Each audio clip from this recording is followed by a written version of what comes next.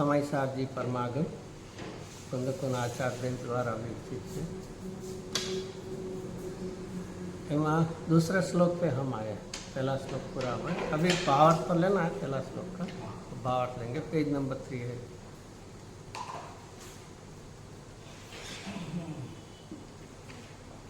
कल आपने एक विषय बताया था कि भाई क्यों ये सब लिखा है, कहीं ना कहीं हमारे पास वो ऐसा सूक्ष्म अभिप्राय बाहर से तो हम सच्चे देव शास्त्र गुरु मानते हैं, ऐसे तो बोलेंगे हमें गृहीत मिथ्यात्व नहीं है, लेकिन अंतर अभिप्राय में बोलते हैं ना 363 पाखंड जो होते हैं ना मेन, वो सभी अंदर में तो सूक्ष्म रूप से भरे पड़े।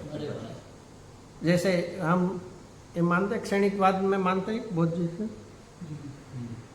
मानते हैं ना, जो जो पर्याय होती है, अभी मैं मनुष्य हूँ, राग हुआ तो मैं रागी हूँ, द्वेष हुआ तो द्वेषी हूँ।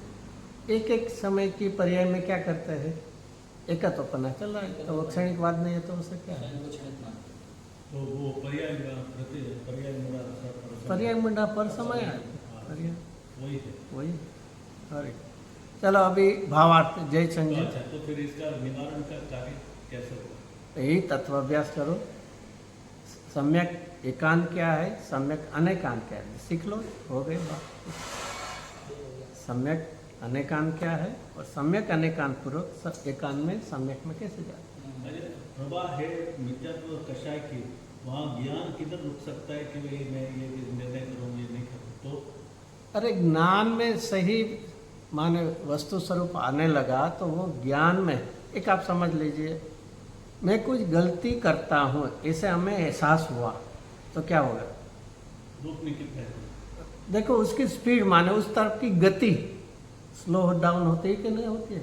तो बस ऐसे ही जैसे तत्वाभ्यास होता है, सही हमें ख्याल में आता है कि नहीं ये करने योग्य नहीं है, आत्महित के करने योग्य नहीं, तो ऐसे ही जैसे जैसे ज्ञान, देखिए ज्ञान में स्पष्टता, श्रद्धा में दृढ़ता, तो चारित्र में परिणमता।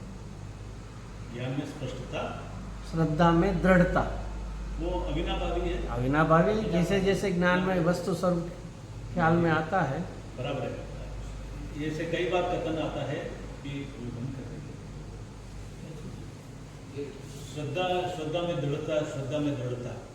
फिर और एक कथन भी आता है कि श्रद्धा या तो शून्य है या हाँ तो वही है, या 100 है। हाँ बराबर, 0 से 10 हुआ, 10 उसमें क्रमशः नहीं है, क्रमशः नहीं है। हाँ तो फिर दृढ़ता किधर, सीधा 100 की तरफ। अभी ये विकल्पात्मक की भूमिका में ही बात है, और दृढ़ता माने सम्यकपना वो अलग बात है, ये तो पहले की भूमिका में वस्तु बराबर है। उसमें दृढ़ता जो है, हम लोग अभी उसको डिक्लेयर किया कि जैसे ज्ञान में स्पष्टता है तो फिर दृढ़ता होती है, लेकिन दृढ़ता का माप कैसे, या तो 0 या तो 100। देखिए फिर से इस सम्यक दर्शन होने के बाद तो उसका सम्यकपना में कभी भी तारतम्यता नहीं है। हाँ बिल्कुल। ये तो इसके पहले की विकल्पात्मक भूमिका में हम जैसे जैसे तत्वाभ्यास करते हैं तो हमारे भावों में ख्याल आता है कि नहीं आता है, तो सब ज्ञान में हो रहा है, ज्ञान के साथ श्रद्धा में है ना, श्रद्धा में कोई तो तारतम्यता नहीं है। वो ये विकल्पात्मक तो ये क्या है, मैं कहा सम्यक माने श्रद्धा गुण की देखे व्यवहार सम्यक दर्शन कौन सा गुण की पर्याय, श्रद्धा गुण की। हाँ। तो श्रद्धा तो विकल्प की है, विकल्प श्रद्धा गुण की नहीं है। उस समय तो ये विकल्प की बात चल रही है। विकल्प मतलब ज्ञान की या चारित्र की? विकल्प चारित्र की है। तो श्रद्धा को क्यों लिखा? साथ में ये इसमें दृढ़ता है, इसलिए इसके चारित्र में दृढ़ता आने लगी। सब में ज्ञान, निसंगपना ज्ञान भी है, निसंगपना ज्ञान वो स्वीकार है, चारित्र में दृढ़ता वो स्वीकार है, लेकिन श्रद्धा जो है तारतम्यता नहीं है, इसलिए अरे मैं वही, ये विकल्पात्मक है, इसकी बात चल रही है। विकल्प से श्रद्धा का मूल्यांकन है बस। हाँ, विकल्प से श्रद्धा का मूल्यांकन, बरोबर। बिल्कुल। नहीं तो ये निर्णय जो आता है ना 7 तत्व का निर्णय, तो कैसा है, देव शास्त्र गुरु का श्रद्धान बोलता है कि नहीं, तो वो सही माने श्रद्धान वो श्रद्धा गुण की पर्याय है नहीं है। उस समय उस संबंधी जो धारणा ज्ञान है वो ज्ञान में है, उस संबंधी जो विकल्प है वो चारित्र में है, लेकिन ये साथ में ये सब है तो ये श्रद्धा है। विकल्प चारित्र की पर्याय है। जो राग है ना, विकल्प, इच्छा, राग, वृत्ति जो है वो चारित्र के हैं। लेकिन ये सब साथ में है, तो इनके लिए कि भाई जैसे ज्ञान में ख्याल में आता है तो उसकी श्रद्धा मान। तो ज्ञान में होते ना। विकल्प माने आप क्या भेद मत लेना, ऐसे ना गुण गुणी का भेद, तो भेद जन्य विकल्प मानो। तो ये भेद जो विकल्प होता है, ये जो क्रिया है उस समय जानने की क्रिया कैसे होती है? हाँ जानने की क्रिया है वो तो अलग है। भेद करके जानना उसका नाम एक सविकल्प है। अच्छा, और भेद को जानते हैं तो तभी जो वृत्ति राग तो उत्पन्न, दशा है, सविकल्प दशा और चारित्र। माने जो आप तारतम्यता, कसाई की तारतम्यता, ये अशुभ विकल्प आया, ये शुभ विकल्प आया, ऐसा आता है ना, पुण्य के पाप के, वो सब कसाई की तारतम्यता। हाँ बराबर। कसाई। एक प्रश्न है, जैसे पहले मैं गृहीत मिथ्यात्व में था, अभी इसमें आया, तो फिर वो जो गृहीत मिथ्यात्व में विपरीतपना था वो तो श्रद्धा में देखेंगे तो 0 में 0 है बिल्कुल, और चारित्र में भी 0 है, उधर कोई स्थिरता नहीं, कुछ नहीं। अभी यहाँ आया सच्चे देव शास्त्र गुरु, और ये अच्छा लगने लगा, यहाँ मन और ज़्यादा लगता है कि भाई यही सत्य है और वो सब मिथ्या है। तो ये जो तारतम्यता आया वो सब चारित्र के गुण की विकल्प नहीं बिल्कुल, और साथ साथ में इसकी उपचार से श्रद्धा क्यों? साथ में उसका आरोप है विकल्प की, यानी उससे वह श्रद्धा का मूल्यांकन किया जाए। श्रद्धा के मूल्यांकन। और इस समय में ज्ञान ने पूरा स्वपर वेद ज्ञान भले ज्ञान ने तो निर्णय किया निर्णय नहीं कि करके ये दिया। सच्चे देव का ये स्वरूप, ऐसा नहीं होता है। हाँ। जिनवाणी हो तो वितरागता पोषक ही होते, मुनिराज होते निर्गणते। ज्ञान में, धारणा ज्ञान में आया तो फिर साथ में ऐसा ही विकल्प का ऐसा है, तो वो देखिए सामान्य विकल्प होना अलग बात है, और एक ठोस जैसा आता है, दोस्त है। इसका नाम श्रद्धा के साथ मूल्यांकन किया है। कोई आते हैं तो ऐसे भी आया, आप चलो तो कैसे हो ऐसे पूछ लेते सामान्य, लेकिन कोई कैसे बोलता है ऐसे, माने वजन पूर्वक, जोर पूर्वक बोलता है, नहीं आपको तो घर पे आना ही है, आपको ये करना ही है, तो इस अपेक्षा से नहीं, बहुत दिनों से ये कंफ्यूजन है। जो तो ये जो श्रद्धा दृढ़ होता है, श्रद्धा दृढ़ होता है, एक तरफ करना नहीं होगा तो श्रद्धा दृढ़ हो ही नहीं सकती, या तो 0 रहता है या तो 100 रहता है। वो है, सभी ऐसी है, कहाँ मना करते हैं, लेकिन फिर भी ऐसे साथ में लेके बात चलती है। बिल्कुल उपचार से बिल्कुल सही है। नहीं तो ये व्यवहार समकित है, वो कोई श्रद्धा गुण की पर्याय नहीं है। हाँ, चारित्र सम्यक श्रद्धा के साथ जो विकल्प है तो उसको तो चारित्र की पर्याय है, लेकिन इसके साथ में अविनाभाव ऐसे होते सच्चे देव सारे 9 तत्व की श्रद्धा, तो उसका नाम दे दिया। सम्यक नहीं है तो व्यवहार नहीं है, वो मिथ्या ही रहेगा। हाँ चलो, तो भावार्थ में जयचंद जी ने एक अच्छा बात ली, बहुत विस्तार तो बहुत है इसमें। कौन सी अच्छी है कि यहाँ किसको नमस्कार किया फिर से, पहले श्लोक में किसको नाम, समय का शुद्ध आत्मा। सुधात्मा को। तो जयचंद जी ने सुधात्मा की पहचान बताई, विशेषण देके, लक्षण देके उनकी व्याख्या बताई। चलो आप ढूंढ के बताइए, यहाँ जयचंद जी ने सुधात्मा की क्या व्याख्या? गुण चैतन्य गुण बताया नहीं, ये भावार्थ की मैं बात करता हूँ। भावार्थ में सुधात्मा को वंदन किया तो उसका क्या है?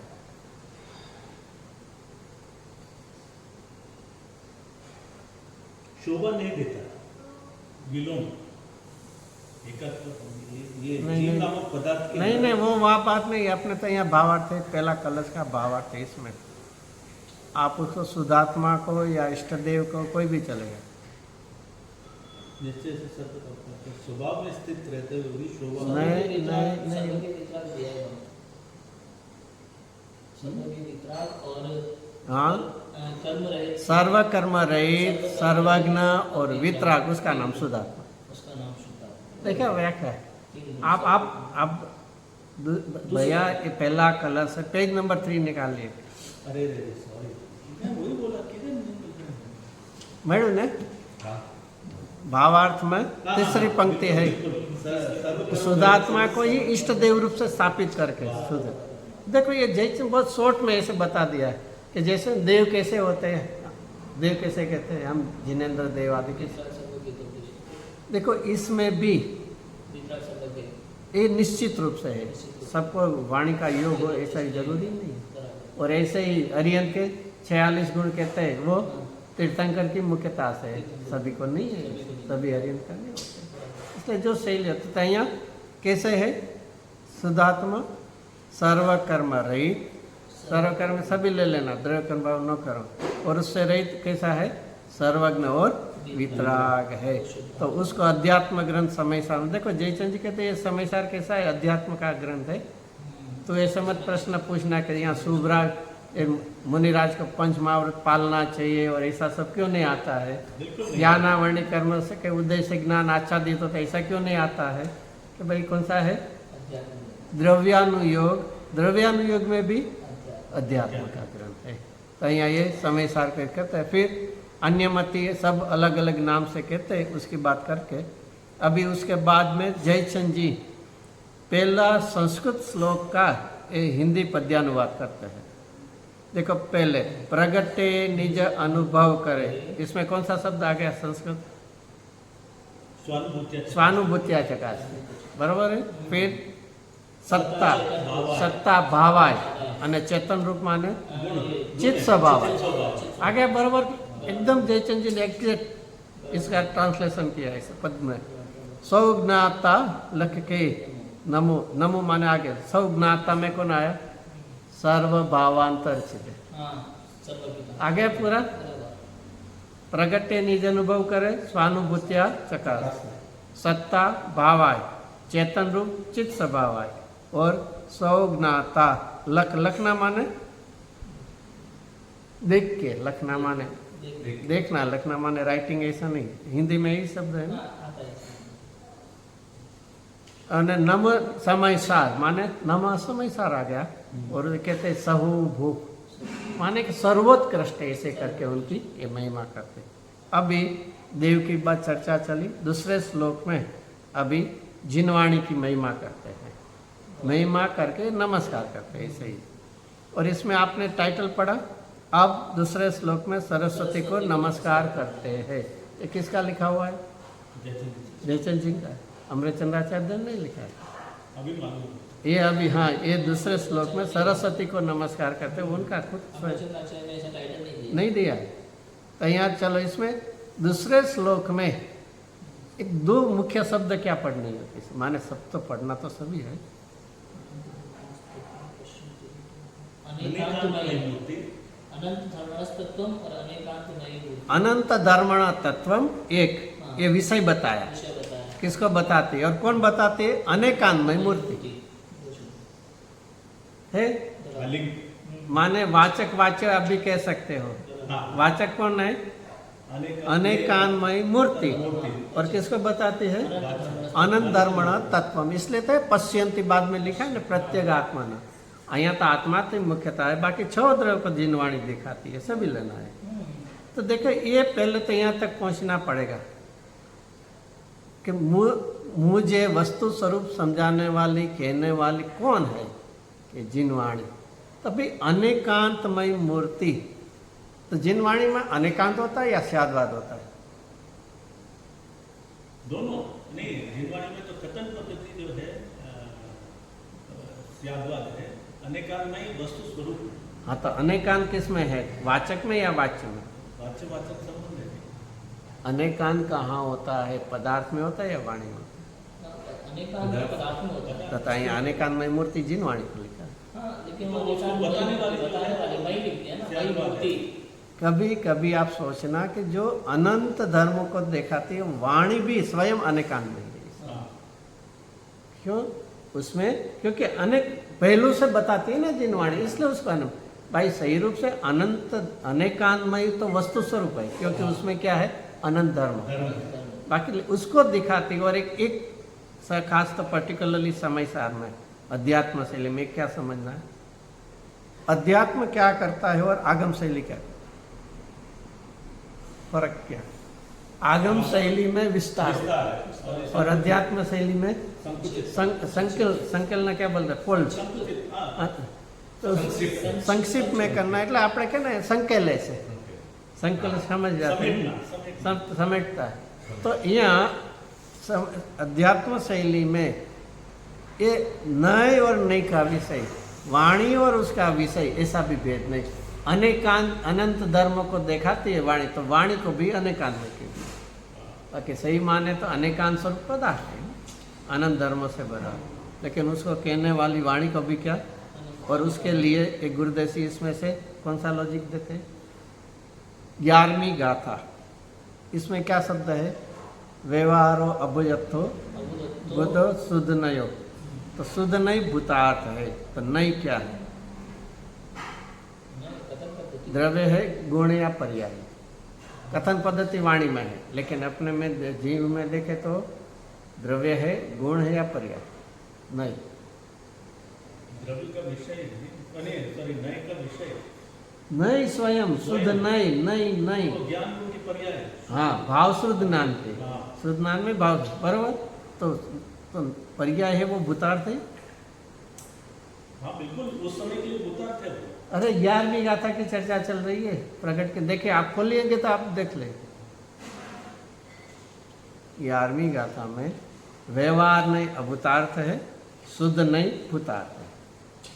तो नहीं तो एक ज्ञान का अंश है ये। तो उसको भूतार्थ थोड़ी कहते हैं। निकाली द्रव्य भूत यहाँ प्रकट करने के लिए उपाधि के नहीं, आश्रयभूत का यहाँ उपाधि का 11वीं का। हाँ, तो फिर एक समय की पर्याय वो तो किसमें? सद्भूत व्यवहार में आती है।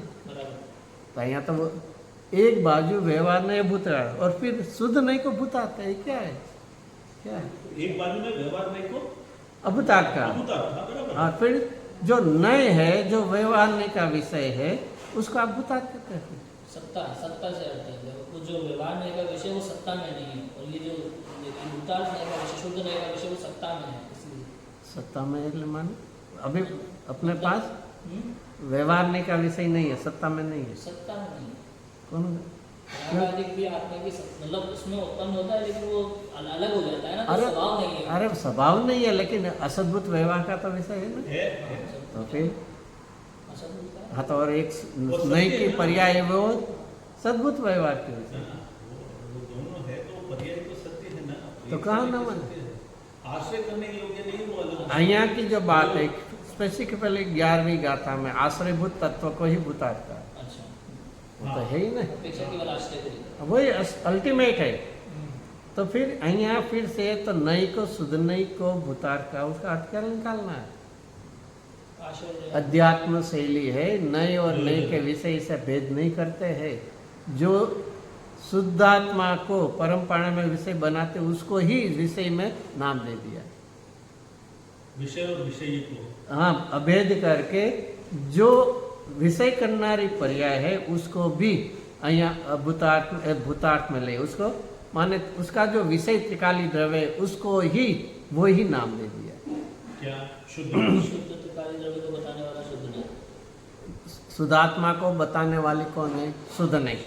तो वो शुद्धात्मा को ही शुद्ध नहीं का विषय है, तो वही नाम विषय को भी दे दी। अच्छा, विषय करने वाली और विषय दोनों को क्या है? अभेद करके वही एक नाम दे दिया। तो द्रव्य भी शुद्ध नहीं है और उस समय की पर्याय भी शुद्ध नहीं है। यह ये समय सार की शैली है। समय सार में शुद्ध नहीं 3 प्रकार से उसका प्रयोग किया गया। एक तो त्रिकाली क्या है? चलो चंडीगढ़ 3 प्रकार शब्द एक है शुद्ध नहीं। शुद्ध नहीं का हमने 3 प्रकार से लिया ना। भाव शुद्ध नाम का एक अंश ले, हाँ। પછી अनेकान्वय पदार्थ के एक अंश को जो ग्रहण करे वो शुद्ध नहीं, और तीसरा वक्ता के अभिप्राय से। तो यहाँ 3 प्रकार। पहली 11वीं गाथा, वहाँ शुद्ध नहीं माने क्या? शुद्ध नहीं का विषय त्रिकाली परम पारणामिक भाव, वो भूता। इसलिए तो निश्चय नया नहीं, सम्यक दृष्टि होता है, शुद्धात्मा के आश्रित जाते हैं ना, सुदृष्टि निश्चय होता है। दूसरी लाइन में आया ना 11वीं गाथा की दूसरी बुद्धत्तम बस शुद्ध ने एक ही भूतार्थ होने से विद्यमान सत्य भूतार्थ को प्रकट करता है। ने मूल गाथा में बुद्धत्तम असिद्धो खलु, जो भूतार्थ है तो भूतार्थ वही यहाँ पहली लाइन में शुद्ध नहीं उसको कहा क्या है? तो भूतार्थ का आश्रय लेता है। जिसको जो भूतार्थ का माने वो त्रिकाली शुद्ध नहीं का जो अवलंबन लेता है वो शुद्ध सम्यक दृष्टि कहने में। तो पहले 11वीं गाथा में फिर से शुद्ध नहीं और शुद्ध नहीं का विषय 2। तो अध्यात्म शैली में ऐसा 2 भेद नहीं किया, ये शुद्ध नहीं है और ये शुद्ध नहीं का विषय। शुद्ध नहीं का जो विषय है उसको भी वही नाम से यहाँ पहचान कराए संबोधन। दूसरा 14वीं गाथा आप खोल लेते, इसमें भी शुद्ध नहीं आया। उसमें 14वीं गाथा में क्या शुद्ध नहीं बताया? अबद्ध स्पष्ट, अनन्य, नियत, अविशेष और असंग, 5 भाव स्वरूप जो आत्मा को जाने उसका नाम क्या है? शुद्ध नहीं। तो वो कौन आया? वो भाव स्वरूप नाम का एक अंश आया जो सामान्य रूप से प्रसिद्ध है। फर्क हुआ? यहाँ जो 14वीं गाथा है वहाँ शुद्ध नहीं किसको कहा? भाव शुद्ध ज्ञान का एक अंश जो अपने आत्मा को 5 भाव स्वरूप जाने, वो ज्ञान के अंश को, परिणति को शुद्ध नहीं कहने मात्र। अच्छा, उस ज्ञान के अंश को, ये जानने वाले भाव शुद्ध ज्ञान भाव के शुद्ध अंश। अंश को। अच्छा, यहाँ उसका विषय को, लेकिन दोनों को एक ही नाम, दोनों एक ही नाम। अभी तीसरा कहाँ है? 15वीं नहीं, 15वीं गाथा में तो शुद्ध नहीं शब्द ही नहीं, शब्द ही नहीं, सॉरी। वहाँ तो पूरा भाव शुद्ध ज्ञान की बात है। सो जाने ऐसा अबद्ध स्पष्ट 120 नंबर का कलश निकाले, आश्रव अधिकार में 120 नंबर। ये देखिए, ये तो गुरुदेशी का देन है, ऐसे हमें कुछ नहीं है। देन समझते गुजरात हिंदी में? 120 और 121 कलश देखना है तो देख लीजिए। 177-78 गाथा के बाद में 120 कलश मिल गया, पेज नंबर 292। इसमें इसे 312 इसमें हिंदी। अरे आपने ऐसे 279 इसमें भावार्थ का दूसरा पैराग्राफ की आखिर की लाइन, साक्षात शुद्ध नहीं तो केवल ज्ञान होने पर होता है। आप बताए केवल ज्ञान में नहीं होते? हाँ, ये आपने लिया था बैंगलोर। लिया है तो इसलिए तो लिया है। हाँ, तो कि ये शुद्ध नहीं का फल देखो, ये 3 प्रकार से है। शुद्ध नहीं की परिणति, उनका विषय और उनका फल, तीनों को एक ही नाम शुद्ध नहीं है।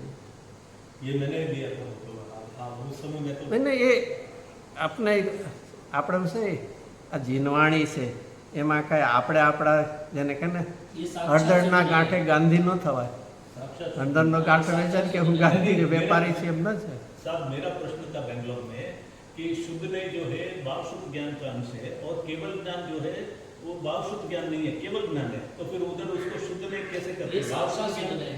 नहीं, भाव शुद्ध ज्ञान इसी को तो केवल ज्ञान हो गया ना इस कलश के अनुसार। तो तभी हेमंत भाई ने उधर खुलासा किया था। ये शुद्ध नहीं जो प्रकट हुआ है उनके अंतिम बिंदु फल केवल ज्ञान होता है। तो वहाँ सभी अभेद करके परिणति, विषय और फल। ना, मूल अभी भी प्रश्न ये है कि शुद्ध नहीं इज इक्वल टू हम लोग कैसे लेते हैं शुद्ध नहीं को भाव शुद्ध ज्ञान का अंश। तब सही है, कोई दिक्कत जीवों को भाव शुद्ध ज्ञान है, कोई दिक्कत नहीं। केवल ज्ञान को केवल बोलना वहाँ शुद्ध नहीं कैसे काम आएगा? मतलब विकल्प नहीं होगा ना। अरे विकल्प की बात ही नहीं, उसका फल आया तो उसको भी अभेद करके, जैसे आप कहीं भी अभी फल आने की तैयारी है तो कह दिया फल हो गया। जैसे આપણે કે ને આપને એટલે ચોખા રાંધવા મૂક્યા છે, આમ બસ પકવા તૈયારી છે, કોઈ આરતી આવાજ ચોખા भात तैयार છે, हाँ तैयार है, तो माने उसका फल और सबको क्या एक करके बात चलती है। तो ऐसे ही सुधरने का फल में उसका फल का अभेद बना करके एक कहने का तात्पर्य है आचार्य की ये शैली को हमें सीखनी पड़ेगी पहले, नहीं तो अर्थ में हमें क्या है थोड़ा उलझन हो जाएगा। केवल ज्ञान में तो नहीं होते ना। नहीं है तो वो तो फिर से तो बात हुई ना, त्रिकाली द्रव्य में तो वो पर्याय नहीं है, फिर भी उसको शुद्ध नहीं कहा। लिंक देखो, लिंक समझने के लिए केवल मन को बताया। हाँ, ये सबका लिंक करना है कि शुद्ध नहीं जिसको प्रकट हुआ उसको केवल ज्ञान होगा या नहीं होगा, शायद होगा या नहीं होगा। शुद्ध नहीं जिसको प्रकट हुआ उसको हाँ, होगा ही होगा, निश्चित रूप से होगा। तो उसका ये गौण किया, बीच में जो किसी को ज्यादा है तो कम, लेकिन वो गौण करके तो उसको ही साक्षात शुद्ध नहीं केवल ज्ञान होना, ऐसे शब्द प्रयोग करना। सब ये क्यों ऐसे करते हैं आचार्य? शुद्ध नहीं शुद्ध नहीं शुद्ध नहीं हमारा फिर से ये लिंक कराना है कि एक शुद्ध नहीं प्रकट हुआ तो उसके फल में ये निश्चित रूप से होता है। वहाँ तो चलता है भाई चलो ये बेटा है वो मैं ही हूँ, चलो वो आया तो मैं ही आया समझ लो, वहाँ तो हम बोल देते हैं, नहीं बोलते हैं कि नहीं? बोलते कोई कंट्री का एम्बेसडर आया तो वो किसको रिप्रेजेंट करता है? पूरी कंट्री को करता है। आता है ना हाई कमिश्नर या तो यहाँ ऐसे ही एक शब्द कम है, भाव बहुत है, इसलिए एक ही शब्द से सभी बात होता है। ये लिंक बता। मैंने इसे ऐसे समझा कि जो रागादि परिणति को विषय बनाता है वो अशुद्ध निश्चय है, एक अभेद करके। और जो एक देश निर्मल पर्याय सम्यक दर्शन आदि जो एक देश निर्मल पर्याय है उसे विषय बनाता है तो वो एक देश शुद्ध निश्चय है। जो केवल ज्ञान आदि पूर्ण निर्मल पर्याय को विषय बनाता है तो वो साक्षात शुद्ध निश्चय है। साक्षात शुद्ध नहीं माने, शुद्ध नहीं का फल, सिंपल बात शुद्ध नहीं का फल। बस वहाँ कोई नहीं है ही नहीं, क्योंकि वहाँ कोई नहीं कभी प्रकट होती, नहीं की आवश्यकता क्यों, छद्मस्थ दशा में, लेकिन आवश्यकता क्यों? मुख्य गुण शैली के लिए नहीं है, तो वहाँ के वर्णन में मुख्य गुण की आवश्यकता ही नहीं, वो तो पूर्णतया जाता है। लेकिन ये लिंक बताना है, इसे मोक्ष मार्ग में ही मोक्ष कहने में आता है, आपको पता है कहाँ ली है? हाँ, वो तो दो प्रकार का कथन है, लेकिन मार्ग में ही ये मोक्ष का बताया, मोक्ष मार्ग में। क्योंकि मोक्ष का मार्ग भी शुद्धात्मा और मोक्ष भी शुद्धात्मा। हाँ, मोक्ष का मार्ग भी शुद्धात्मा और मोक्ष भी शुद्धात्मा। वहाँ वो तो पर्याय है, शुद्धात्मा नहीं है, वो तो दोनों शुद्धात्मा के लक्ष्य के पर्याय है, दोनों ऐसे है। लेकिन एक अपूर्ण है और एक पूर्ण है, फिर भी ऐसा ये आता है सभी प्रयोग, शब्द प्रयोग।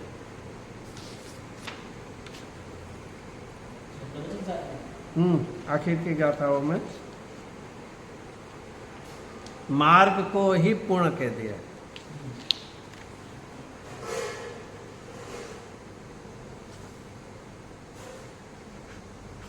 मोक्ष में, मोक्ष मार्ग में ही मोक्ष तत्व कह दिया है। इसे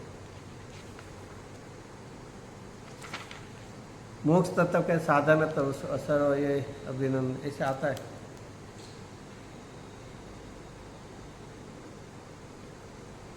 देखो इसमें है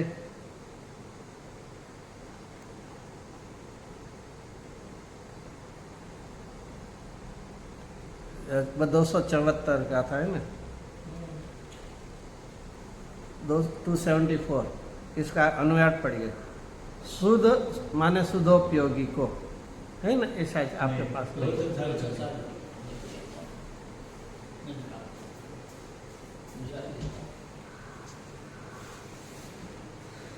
आपको एक होमवर्क था।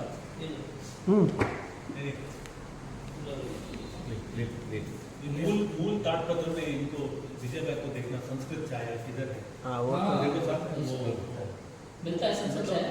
संस्कृत छाया है कि नहीं आपको? नहीं है, नहीं, उन्होंने बताया नहीं है ना, नहीं है। मतलब हम लोग चला जाने दीजिए। तो गाथा की बात सीधा टीका ही है। लिखा है, वो भी आत्मख्याति नहीं है, खाली अर्थ है। अच्छा, कोई और ओ तो आत्मख्याति नहीं मड़ी नहीं। फिर अभी निर्णय नहीं होता इस बात का। अच्छा, 274 गाथा ना?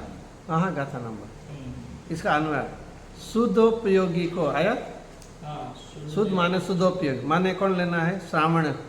तो वो कौन आया? मार्ग आया कि मोक्ष मार्ग आया कि मोक्ष आया? मोक्ष मार्ग, श्रावण ने मोक्ष मार्ग। पक्का मोक्ष मार्ग है। हाँ, चलो आगे पढ़ते हैं। और शुद्ध का उनको ही दर्शन है, ज्ञान है, शुद्ध को निर्वाण होता है, उसको निर्वाण है वहाँ बाद में उन्हें वही शुद्ध है, वो उसको नमस्कार करते हैं। वही शुद्ध रहेगा, विषय सिद्ध होता है बाद में। हाँ, बस तो वही ठीक है, उस मार्ग में ही फर्क है, क्योंकि काल को आप क्या है गौण कर दो, अल्प काल में काल को गौण कर दिया। गौण आप करते ही हम। चलो कोई भी गेस्ट आया, बाहर से फोन आया कि भाई ये भाई मुमुक्षु आ गए कि नहीं आए, तो अभी तो कार में से उतरते ही हाँ आ गए, घर पे आ गए, माने धर्मशाला में आ गए। सही बात। क्या करते हैं हम?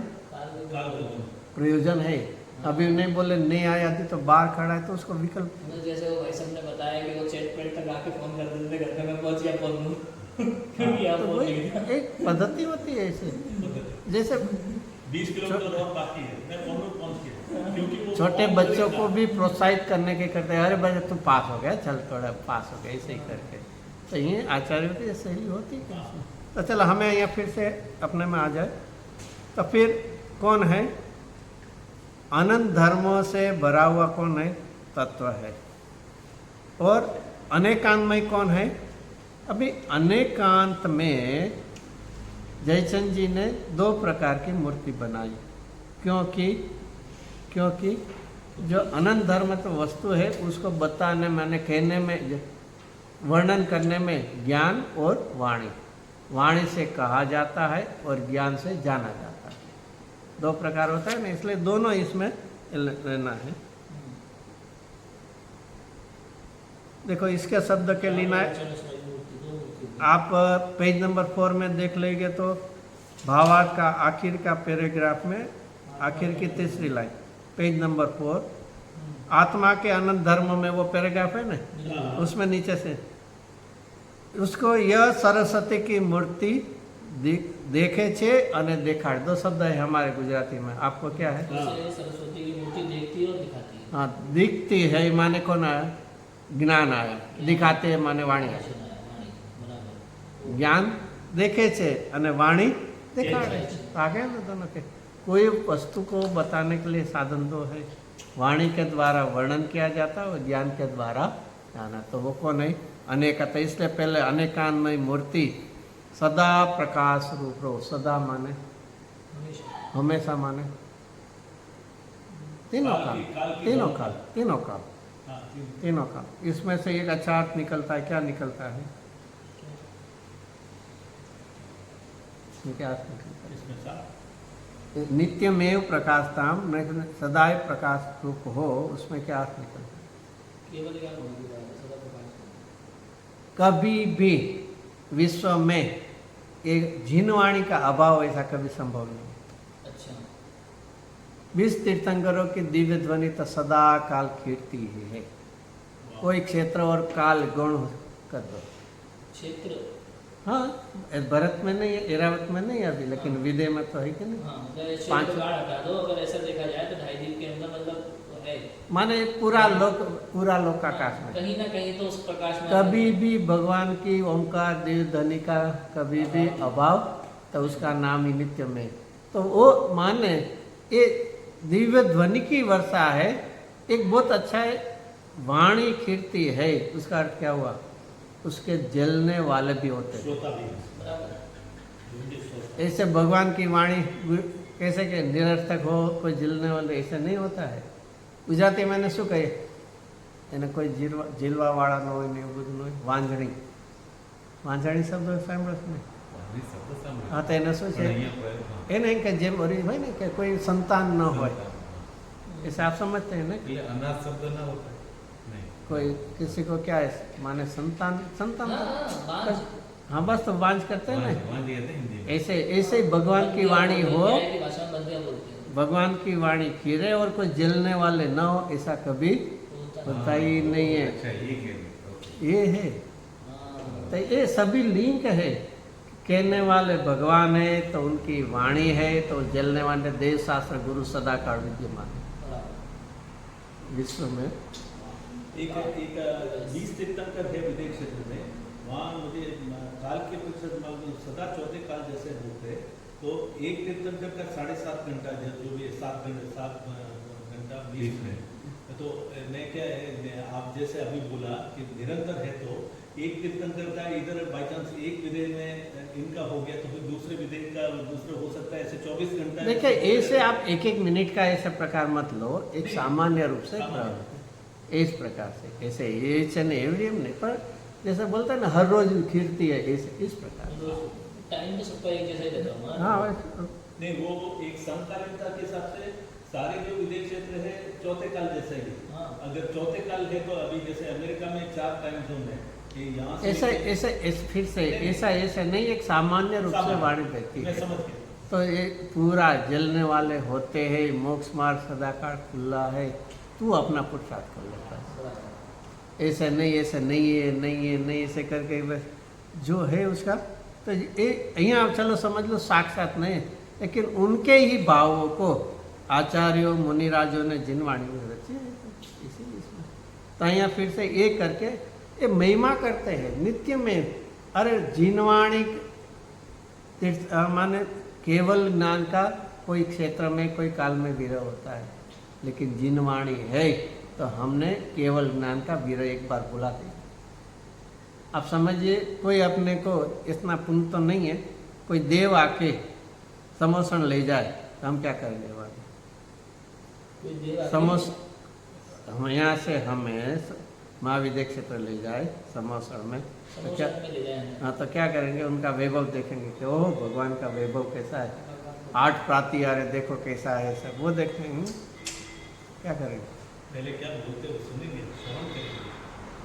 अरे ना, अरे इससे अद्भुतता लगती है, ऐसे तो हमने तो कभी सोची भी नहीं, देखने की बात तो नहीं, सोची भी नहीं है।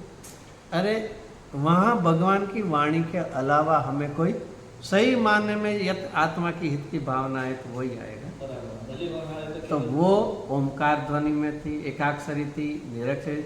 अहिया तुझे तेरी भाषा में ही आचार्यों ने बराबर। लिपिबद्ध की है, तो तुझे क्यों ऐसे कमी लगती है? कमी किस बात की? सही बात। तो ये अनेकांतमयी मूर्ति है, अनंत धर्मा पदार्थ को देखा। इसलिए अभी जयचंद जी करते कि आपने अनेकांतमयी मूर्ति बताई, वाणी रूप और ज्ञान रूप, तो वो कैसी है उसका वर्णन, जैसे वहाँ आया ना, ऐसा शुद्धात्मा कैसा है, समयसार कैसा आया था, ऐसे यहाँ जो अनंत धर्म वाला, पहले लाइन का जो पहला शब्द अनंत धर्मण तत्वम, अनंत धर्म वाला है, आगे बात आ गई। उसको कोई वचन द्वारा कह सकते हैं, कोई वचन द्वारा, अनंत धर्म है ना, इसमें 2 प्रकार है ना, कोई वचन गोचर है, कोई वचन गोचर नहीं है। ऐसे कोई ज्ञान गोचर है, कोई ज्ञान गोचर नहीं है,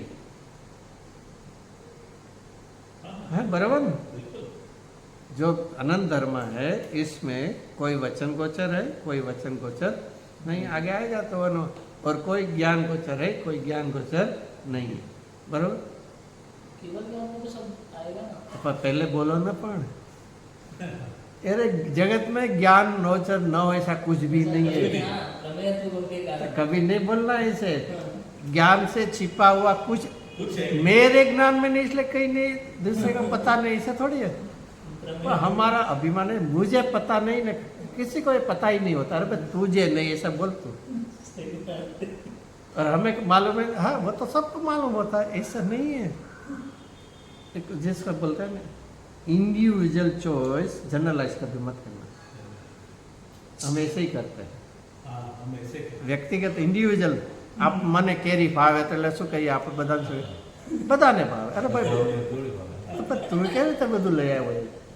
अभिप्राय को बहुत सोचना है इसलिए।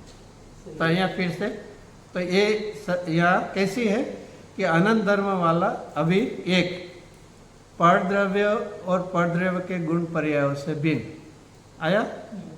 फिर से अनंत धर्म वाला है और परद्रव्यों से और परद्रव्य के गुण पर, इसमें क्या आ गया? पूरा आ गया। पूरा परद्रव्य से मैं कैसा हूँ, એનો અર્થ શું છે? આખા પરદ્રવ્યથી એનું શું કરી નાખ્યું? સંકેલો કરી નાખ્યો પૂરા। पूरी शुद्धात्मा की बात आ गई। हाँ, पूरी शुद्धात्मा की पूरा शुद्धात्मा तो नहीं, अभी परद्रव्य की भिन्नता का है। अभी तो फिर रागादि भावों से भी वो भी आएगा, वो बाद में आके स्टेप बाय स्टेप लेते, स्टेप बाय स्टेप लेते। फिर दूसरा क्या आया? देखो इतना कर ना, फिर से इतना समझ लेना कि नहीं, मैं परद्रव्य का तो नहीं कर सकता क्योंकि वो नित्य है, लेकिन जो पलटती पर्याय उसको तो मैं करूँ क्या? नहीं, अरे पलटती है उसको तो करना, उसको भी नहीं करता तो नित्य में कर्तापना नहीं होता है, लेकिन अब पलटना है तो वहाँ तो बदलाव है तो कर, तो उसको भी नहीं। और तीसरा, परद्रव्य के निमित्त से होने वाले अपने विकारों से कथनचित भिन्न। फर्क क्या किया उसमें? सर्वथा भिन्न, परद्रव्य उनके गुण और पर्याय उसे, और यहाँ उनके निमित्त से। देखो ये शब्द दिया निमित्त, माने तेरा मूलभूत स्वभाव नहीं है, विकार होना तेरा मूलभूत स्वभाव नहीं है, पर्याय में है लेकिन मूलभूत स्वभाव तो कैसे हुआ? निमित्त से, परद्रव्य के निमित्त से हुआ। तो अपने कथनचित, कथनचित क्यों लिया? क्योंकि एक अपेक्षा से एक अपेक्षा से पर्याय में है। सर्वथा परद्रव्य जैसी विकार भिन्नता हो, देखो अध्यात्म शैली स्वभाव दृष्टि वो अलग बात है, लेकिन सर्वथा, सर्वथा माने एकांत, सम्यक। हाँ, एकांत, एकांत माने, एकांत माने पर्याय दृष्टि से भी भिन्न और स्वभाव दृष्टि से भी भिन्न। तो ये मिथ्या एकांत। पर्याय दृष्टि तो तेरी पर्याय में है, जो निश्चयाभासी एकांत मानता है। तो मिथ्या दृश्य रह जाता है। वही रह जाता है, आधार देता है जिनवाणी का, लेकिन वो समझता नहीं है। सापेक्ष कथन को उन्होंने सर्वांग मान लिया। सर्वथा मानते, बराबर। कथन कैसा था? स्वभाव दृष्टि के सिद्ध स्वरूप कहा था, और तूने किस में ले लिया? पर्याय में ले लिया। और पर्याय में है तो प्रत्यक्ष विरुद्ध है। दुख क्यों होता है तुझे? आकुलता क्यों होती है? इच्छा का जन्म क्यों होता है तुझे? तो ये परदेवता सर्वथा बिन, उनके निमित्त से विकार कथनचित बिन। देखो यहाँ से यहाँ बिन, बिन तक क्या है शब्द आया? आगे समयसार में इसकी बात आएगी। एकाकार। विभक्त, बिन तक में पढ़ा हो। विभक्त, हाँ, और एकाकार, अभी एकत्व। एकत्व, बराबर। देखो पूरे आ जाए तो पूरे आज समयसार में देख लेना। यहाँ तक बिन कहा तो क्या आ गया? विभक्त आ गया। और अभी अब क्या आता है? एकाकार, तो एकत्व की बात। एकत्व हो गया। बदल बदल नहीं है। सभी है साथ में। एकाकार, ऐसे अपने आत्मा के तत्व को, स्वरूप को, और कैसा है वो? असाधारण है। अपना आत्मा का ये स्वरूप कैसा? असाधारण, क्योंकि विशिष्टता है, क्योंकि सजाति और विजाति द्रव्यों से विलक्षण है। सजाति सभी जीवों से भी अलग, अलग थोड़ी है। मेरे में ज्ञान है, आप में ज्ञान है, लेकिन मेरा ज्ञान मुझ में, आपका ज्ञान आप में, ये अपेक्षा से। एक जैसे है लेकिन एक नहीं है। एक नहीं। एक जैसे। गेहूं के दाने एक जैसे है लेकिन एक नहीं है, सब भिन्न भिन्न है। तो ऐसे ही सजाति द्रव्यों से भिन्न लक्षण निज स्वरूप को मूर्ति अवलोकन करती है, दिखाती है। जिनवाणी दिखाती है और ज्ञान दिखता है। दिखता है माने ज्ञान लेना, वो दर्शन नहीं है। तो ये करके यहाँ बताए। फिर जयचंद जी ने इस पर से दो प्रकार की सरस्वती मूर्ति निकाली, कि जिनवाणी कहती है और ज्ञान जानता है। और ज्ञान में भी दो प्रकार लिया, कि केवल ज्ञान, इसमें ये जो आया ना, केवल ज्ञान प्रत्यक्ष जानता है, और शुद्ध ज्ञान कैसा है? परोक्ष पर, लेकिन जानता है केवल ज्ञान अनुसार। ये बहुत अच्छा शब्द लिया है। देखो आगे यहाँ लिए ना, पेज नंबर आगे जो भावार्थ का है, तीसरी चौथी लाइन, पेज नंबर 4 है हमारा। जो सम्यक ज्ञान है वही सरस्वती की सत्यार्थ मूर्ति है। उसमें भी संपूर्ण ज्ञान केवल ज्ञान है, जो सर्व पदार्थों को प्रत्यक्ष, सर्व पदार्थ, और सर्व पदार्थ माने कौन है? अनेक धर्म, अनेक धर्म, अनंत धर्म, उसको प्रत्यक्ष रखता है। अनंत धर्म आपको, और हाँ? ये नीचे की एक लाइन से शुरू किया है। अभी हाँ, तो जो सर्व पदार्थों को ये श्लोक आता है। भावार्थ बोला ना। भावार्थ, भावार्थ। केवल ज्ञान नहीं है, मिल गया। सम्यक ज्ञान तो वो सत्यार्थ मूर्ति, उसमें भी संपूर्ण ज्ञान केवल ज्ञान है, आ गए। वो सर्व पदार्थ को प्रत्यक्ष जान, इसमें भी आत्मा अनंत धर्म वाला है, उसको प्रत्यक्ष देता है। फिर तद अनुसार जो श्रुत ज्ञान, यहाँ भाव श्रुत ज्ञान लेना है। तद अनुसार शब्द लिखा है। हाँ, कोई कहते क्रमबद्ध केवल के लिए होता है, भाव श्रुत ज्ञान वाले नहीं होते। अरे कहाँ से लिया? यदि केवल ज्ञान के अनुसार भाव श्रुत ज्ञान नहीं है तो वो सम्यक ज्ञान नहीं कहलाएगा, वो मोक्ष मार्ग का एक अंश नहीं होगा। सिंपल है भैया। इसमें क्रमबद्ध किसके लिए होता है? केवली के लिए होता है, और हमारे लिए आगे पीछे होता है। ऐसे नहीं है, तद अनुसार है। तद अनुसार नहीं है तो वो मोक्ष मार्ग नहीं होगा। नहीं होगा। मोक्ष मार्ग, मोक्षधारी जो आत्मा है उसके अनुसार होता है, उससे विपरीत होता है। तो फिर मोक्ष मार्ग क्यों कहा? मोक्ष में जो है उसके अनुसार मोक्ष मार्ग होता है कि विपरीत होता है? जैसे यहाँ से मान लो चेन्नई ईस्ट में है, ईस्ट में या दृष्टांत रूप से, उसका मार्ग कौन से? नॉर्थ तरफ जाता होगा, वेस्ट तरफ जाता होगा। इष्ट तरफ हो जाएगा, इस तो तरफ। यही तद अनुसार जो श्रुत ज्ञान है वो, बस फर्क क्या है? आत्म तत्व को परोक्ष देखता है। केवल ज्ञान कैसा है? प्रत्यक्ष देखता है, लेकिन देखता है किसको? अनंत धर्मणि पश्यत। एक कॉमन लिया है दोनों के लिए, इसलिए दोनों कैसे है? सरस्वती की मूर्ति है। फिर सभी विस्तार तो लिया है, इसमें और भी अच्छा लिया है कि अनंत धर्म कहा तो अनंत धर्म माने कौन? तो अनंत धर्म में क्या लिया? चलो वो पढ़ते हैं, कोई प्रश्न करते हैं कि उसके बाद पैराग्राफ है ना। अनंत धर्म कहा आत्मा को, तो कौन सा है? कि सतपना, वस्तुपना, प्रमेयपना, प्रदेश, ये 4 क्या लिया? सामान्य गुण लिया। सत माने अस्तित्व, वस्तुत्व, पना पना है ना, प्रमेयत्व और प्रदेश। फिर अभी जो लिया वो चेतनपना, अचेतनपना, मूर्तिकपना, ये कौन सा आया? धर्म नहीं, गुण है। गुण रूप पे धर्म है। इत्यादि धर्म तो गुण है, ये विशेष गुण आया। देखो एक धर्म है वो तो एक फुल सेट है, एक गुण उनका सब सेट है। आप तो सेट थियरी पढ़े इसलिए तो आपको तो इजी है। India is a full set, states are subset. Radio station वाला उदाहरण, हाँ? रेडियो वाला उदाहरण आपने कुछ जैसे बताया था, दिल्ली में रेडियो चल रहा है तो दूसरे राज्य में वो रिले आता है, वो रिले, वो एक क्षेत्र अपेक्षा का बात, क्षेत्र अपेक्षा। यहाँ तो क्षेत्र माने ला, यहाँ तो भाव अपेक्षा भी है। तो यहाँ पूरा जैसे आप अवान्तर सत्ता और महासत्ता समझते हैं कि नहीं? हाँ हाँ तो महासत्ता वो फुल सेट बोलते हैं, अवान्तर सत्ता सब सेट बोलते हैं। तो यहाँ फिर एक फैमिली होती है, इसमें पिताजी फुल, फिर उनके 4 भेद, तो उसका डिवीजन भेद। तो यहाँ ये 4 विशेष गुण आए। अभी प्रश्न किसका है? आत्मा के अनंत धर्म कौन से? तो यहाँ आत्मा में रूपीपना आता है, मूर्तिपना, अचेतनपना आता है, सामान्य गुण तो आते हैं, लेकिन ये तो नहीं आता है। तो यहाँ कैसे लिखे? ये अचेतना तो अमूर्तिकत्व। हाँ, तो जीव में तो नहीं है नास्तिक आत्मा। की अपेक्षा से ना, क्या आत्मा? फिर से आत्मा में मूर्तिकपना है, नास्तिक अपेक्षा है कि मूर्तिक का अभाव है। मूर्तिक का अभाव है। हाँ, तो यहाँ तो मूर्तिकपना लिखा है। अमूर्तिक कहो, मुझे कोई दिक्कत नहीं है।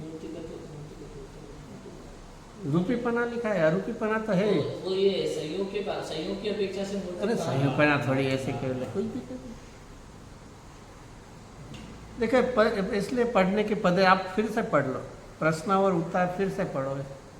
इसमें ये उत्तर देते हुए वस्तु में अस्तित्व, वस्तुत्व, प्रमेयत्व, प्रदेशत्व। पहला प्रश्न पढ़ा आपने, प्रश्नकार ने कौन सा यहाँ पर प्रश्न प्रश्न पूछा? करता है कि आत्मा को अनंत धर्म वाला कहा है, तो उसमें तो वे अनंत धर्म कौन कौन से हैं?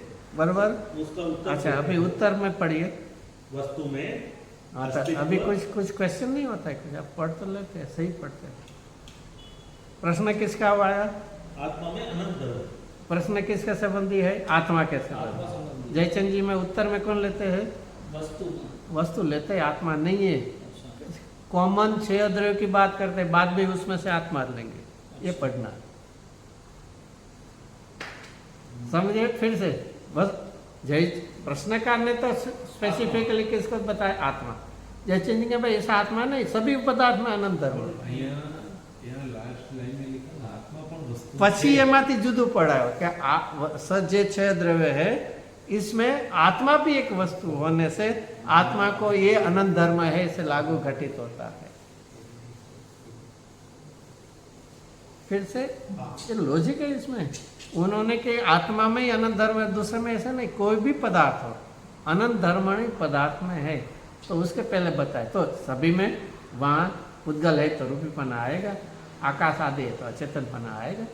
फिर आखिर लाइन में कहेंगे कि ये आत्मा भी ये सब में एक पदार्थ होने से, वस्तु होने से उसमें भी आनंद है। तो इस प्रकार से उसमें बात लिया। तो पहले सामान्य गुण, विशेष गुण, फिर ये तीनों ये गुणों का तीन कालवर्ती समय समयवर्ती परिणामों पर्याय लिया। पर्याय आ गए, गुण आया, पर्याय आई, फिर अभी उसके बाद में एक पना, अनेक पना, नित्यपना, अनितपना, वो सापेक्ष धर्म है उसकी, ये तीनों आ गए। अनंत धर्म में तीनों आते हैं, गुण, पर्याय और सापेक्ष धर्म। और देखो फर्क है, नित्यपना वो धर्म है, अस्तित्व वो गुण है।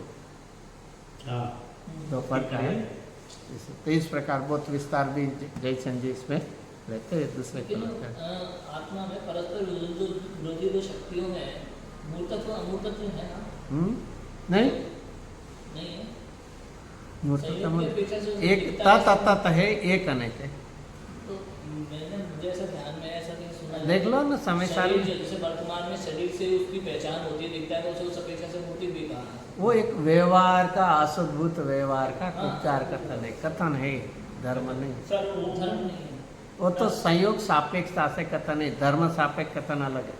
वो फिर प्रवचन साहब में असमान जाति पर्याय बोलते हैं। वो तो दो के निसंग में हुई नैमित्तिक पर्याय। बराबर, समझ गए। इस कथन अशुद्भूत व्यवहार से है संयोग का ज्ञान कारण। हाँ, ओके। वो निमित्त का, वो निमित्त भी वही प्रकार का है, वो भी यथार्थ है। तो यहाँ तो बराबर उसको शक्ति मानने लेकिन के उसको धर्म धर्म मानने नहीं के मानना। उसे मूर्ति होना पड़ेगा। धर्म नहीं मानना। हाँ, धर्म नहीं मान सकते। तो आत्मा तो जड़पना आ जाएगा, स्पर्श रसगंध वर्ण आ जाएगा। एक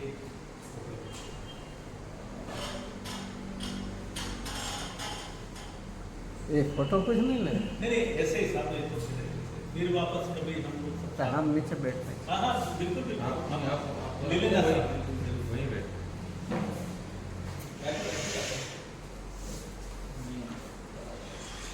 ऐसे स्वादे कभी नहीं मिलता है, मिलता है तो सब इसे मिलता ही नहीं ऐसा। और भी बढ़ेगा इसमें।